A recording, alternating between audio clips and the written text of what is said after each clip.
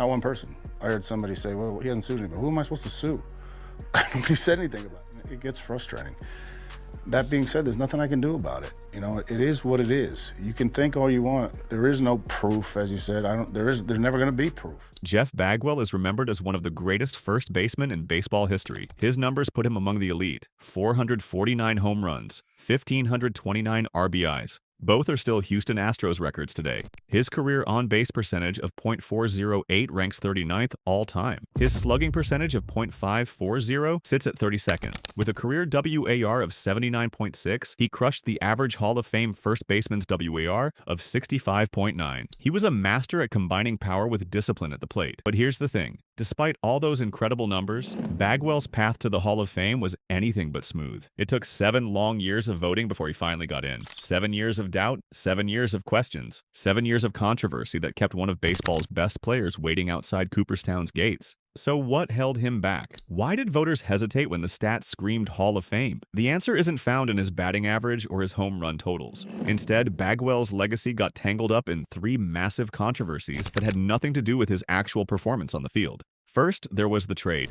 The deal that brought him to Houston was so lopsided, so incredibly one-sided, that it became the second worst transaction in baseball history. Only the Babe Ruth sale was worse. Second, his MVP season happened during one of the strangest moments in sports history. A broken hand and a player's strike combined in a way that some people say gifted him baseball's highest individual honor. And third, the elephant in the room, the whispers, the accusations, the suspicion that Bagwell used performance-enhancing drugs during baseball's steroid era. These 3 narratives defined his career more than any triple or stolen base ever could. Let's start at the beginning, the trade that changed everything. Jeff Bagwell began his professional career in the Boston Red Sox organization. He was a third baseman back then, working his way through the minors. Nothing about him screamed future Hall of Famer. He was just another prospect trying to make it. But on August 30th, 1990, the Red Sox made a decision that would haunt them forever. They traded the 22-year-old Bagwell to the Houston Astros. And who did they get in return? Larry Anderson, a 37-year-old relief pitcher who was just a rental player for their playoff push. From Boston's view, it made sense at the time. They needed pitching help immediately. Anderson came in and did his job. He posted a 1.23 ERA in 15 games. The Red Sox won their division. Mission accomplished, right? Wrong. Dead wrong. Because Anderson left as a free agent right after the season ended. He signed with the San Diego Padres. Boston got exactly 1 month of production out of him. Meanwhile, Bagwell moved to first base the next spring and won the National League Rookie of the Year award in 1991. Here's where it gets embarrassing for Boston. Let's look at the numbers. Over his 15-year career, Bagwell racked up 79.6 WAR for the Astros. Larry Anderson? He gave Boston 0.9 WAR. 0.9. That's a difference of 78.7 WAR. 78.7. That's not just a bad trade, that's organizational malpractice. Experts consistently rank this deal as the second most lopsided transaction in baseball history. Only trading away Babe Ruth was worse. Think about that. The Red Sox traded away a future Hall of Famer for basically nothing. And unlike Ruth, where at least they got money that helped fund other things, the Anderson trade produced almost 0 value. Larry Anderson himself has joked about the trade over the years. He said that Bagwell's Hall of Fame election validated his side of the deal because now he can say he was traded for an all-time great. It's funny, sure, but it also highlights something important. From day one, Bagwell's career carried this weight, this pressure, this narrative that he was the guy who made the Red Sox look foolish. The trade wasn't just the start of his career, it was immediate notoriety, immediate pressure to prove he was worth the organizational embarrassment he caused in Boston, and that pressure followed him throughout his entire time in Houston. During his Hall of Fame induction speech in 2017, Bagwell even referenced Anderson. He joked about a time when Anderson had told him to step up his game. Bagwell asked him, "I'm here. Is this good enough for you?" It got laughs. It was a nice moment. But underneath that humor was the reality. Bagwell's entire career started because of one of the worst front office decisions in sports history. Now let's talk about his greatest season, the year that should have been his crowning achievement, the year that instead became wrapped up in controversy and bizarre timing. 1994 was supposed to be Jeff Bagwell's masterpiece. He had developed this unusual batting stance by then, a low, wide, exaggerated squat that looked awkward but generated incredible power. In just 110 games that season, Bagwell absolutely dominated. He led the National League with 116 RBIs, 300 total bases, a .750 slugging percentage,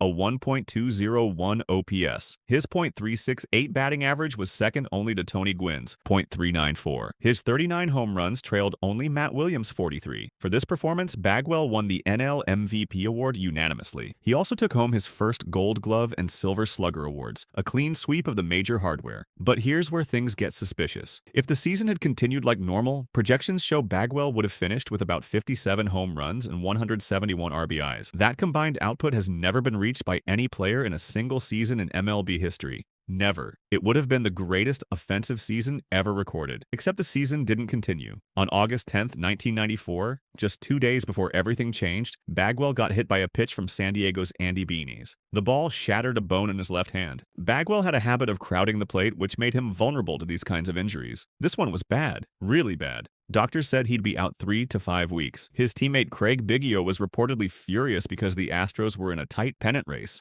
They trailed the Cincinnati Reds by just half a game in the NL Central. Losing Bagwell for a month meant losing their shot at the playoffs. But more importantly for Bagwell personally, the injury threatened his statistical leads. Think about it. He had these massive advantages in RBI, slugging percentage, and OPS. But if he missed all of September and early October while healthy players kept producing, those leads would shrink. Matt Williams could have caught him in RBIs. Someone else might have overtaken his slugging percentage. The MVP award that seemed locked up could have slipped away as voters watched other players finish strong while Bagwell sat injured on the bench. Then came August 12th, 1994. The MLB players went on strike. The entire rest of the season got canceled. No September, no October, no World Series. Nothing. The season just froze exactly where it was. And where was it frozen? Right at the moment of Bagwell's peak performance, right before his injury would have cost him crucial counting stats, right when his leads were at their absolute highest. The strike saved Bagwell's MVP award. There's no other way to say it. The timing was so perfect, so convenient, that it feels almost impossible. His injury, which should have been a disaster, instead became meaningless. Nobody could catch him because nobody played another game.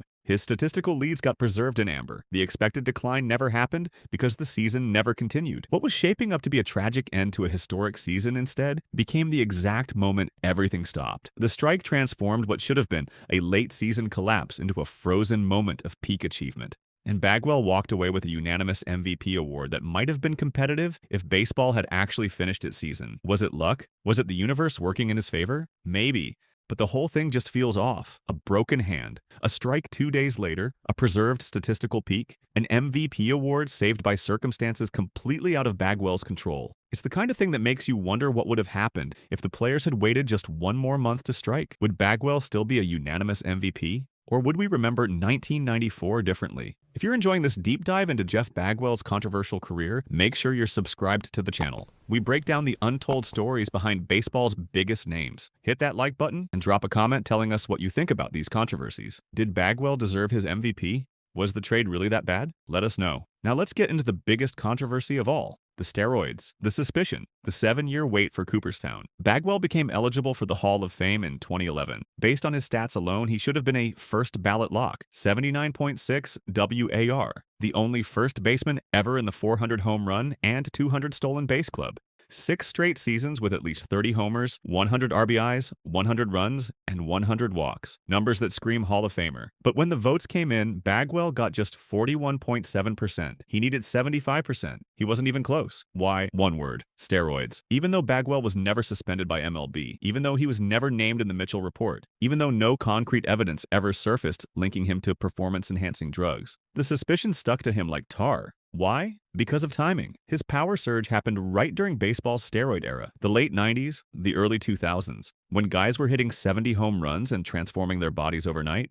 Bagwell fit the profile. Big power numbers, physical transformation, right era. So voters looked at him and thought, maybe, probably, likely. The only substance Bagwell ever admitted using was androstenedione in 1998. But here's the thing people forget. That was legal under baseball rules at the time. Mark McGwire used it openly during his home run chase. It wasn't banned. It wasn't cheating. But it didn't matter. Once the suspicion attached itself to Bagwell, it wouldn't let go. For 6 years, he climbed slowly in the voting. 2011, 41.7%, 2016, 71.6%. Still short, still waiting, still being punished for crimes he was never proven to have committed. Then came 2017. The controversy exploded. Bagwell finally got elected with 86.2% of the vote on his 7th ballot, but fellow inductee Frank Thomas wasn't happy about it. Thomas, a vocal advocate for clean baseball, publicly voiced his discomfort with both Bagwell and Ivan Rodriguez getting in. Thomas said that players under suspicion who didn't forcefully deny the accusations essentially admitted guilt. He said they know you cheated. Think about what that means.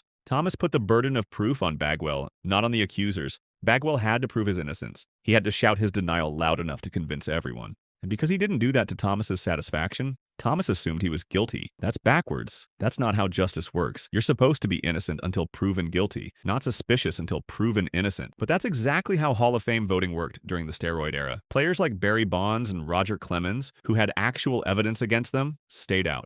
But players like Bagwell, who only had circumstantial timing and body type, eventually got in after years of punishment. It created this weird double standard where some suspected players were allowed in and others weren't, with no clear line separating them. The most revealing part of Bagwell's voting trajectory is the climb from 41.7% to 86.2% over 7 years. That massive increase shows voters slowly deciding that his statistics were just too good to ignore. His elite on-base percentage, his power, his speed, his 79.6 WAR. Eventually, the numbers overwhelmed the narrative, but it took 7 years. 7 years of being treated like a cheater without evidence. 7 years of watching guys with worse numbers but cleaner reputations get in ahead of him. 7 years of punishment for being really good at baseball during the wrong era. Some people call his election a vindication, a triumph of merit over suspicion. Maybe it is, but it also shows how broken the system was, how voters let unproven speculation control their ballots for years, how a player's career could be defined not by what he did, but by when he did it and what other people were doing around him.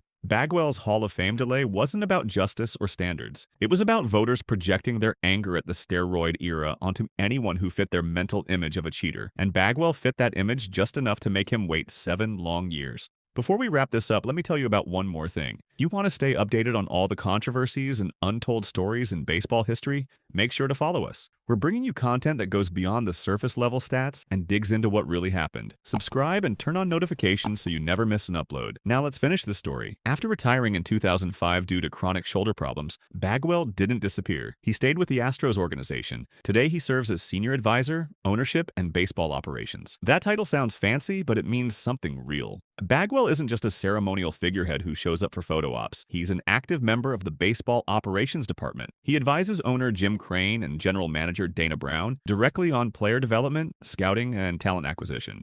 His baseball philosophy helps shape the team's strategy for long-term success. In a way, this role is Bagwell's second career, his chance to influence the game from a different angle. He's linking the successful Killer Bees era of the 90s and 2000s to the Astros' modern dynasty. He's helping build the team that won the World Series in 2017 and competed for championships in the years after. His presence in the front office suggests he's working to cement a legacy beyond his playing days. A legacy that isn't defined by trades or strikes or steroid suspicions. A legacy built on helping the next generation of Astros succeed. Bagwell has publicly talked about the importance of strong player development and smart financial investment. He wants Houston to stay competitive long-term. He wants the farm system producing talent. He wants the front office making intelligent decisions. In some ways, it feels like he's trying to be the opposite of the Red Sox front office that traded him away. He's trying to be the guy who builds sustainable success instead of chasing short-term fixes that blow up in your face. He also works as a part-time color analyst for Astros broadcasts and serves as a public ambassador for the team.